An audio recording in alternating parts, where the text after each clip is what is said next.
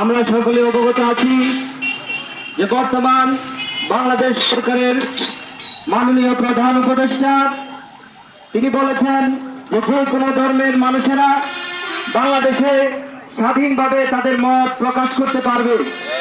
কিন্তু আমরা বর্তমানে পরিলক্ষিত করেছি যে বাংলাদেশের ছাত্র আন্দোলনের স্বাধীনতার নাম দিয়ে এক শ্রেণীর উগ্র মানুষেরা, এক শ্রেণীর জঙ্গিরা বাংলাদেশের সমস্ত মাজারগুলো তারা ভেঙে দিচ্ছে। আমরা লক্ষ্য করেছি যারা সুন্নি আলেমদের উপরে তারা এই ধারাবাহিকতায় পীর মুফতি গিয়াসউদ্দিন আত্মাইরি সাহেবের উপর তারা হামলা মামলার প্রস্তুতি নিয়েছে। আমরা দেখেছি প্রশাসন গিয়াসউদ্দিন আত্মাইরি সাহেব উনি স্বাধীনভাবে মাহফিল করতে গিয়েছিল, কিন্তু প্রশাসন মাহফিল করতে দেয় নাই, তারা মাহফিলে বাধা দিয়েছে।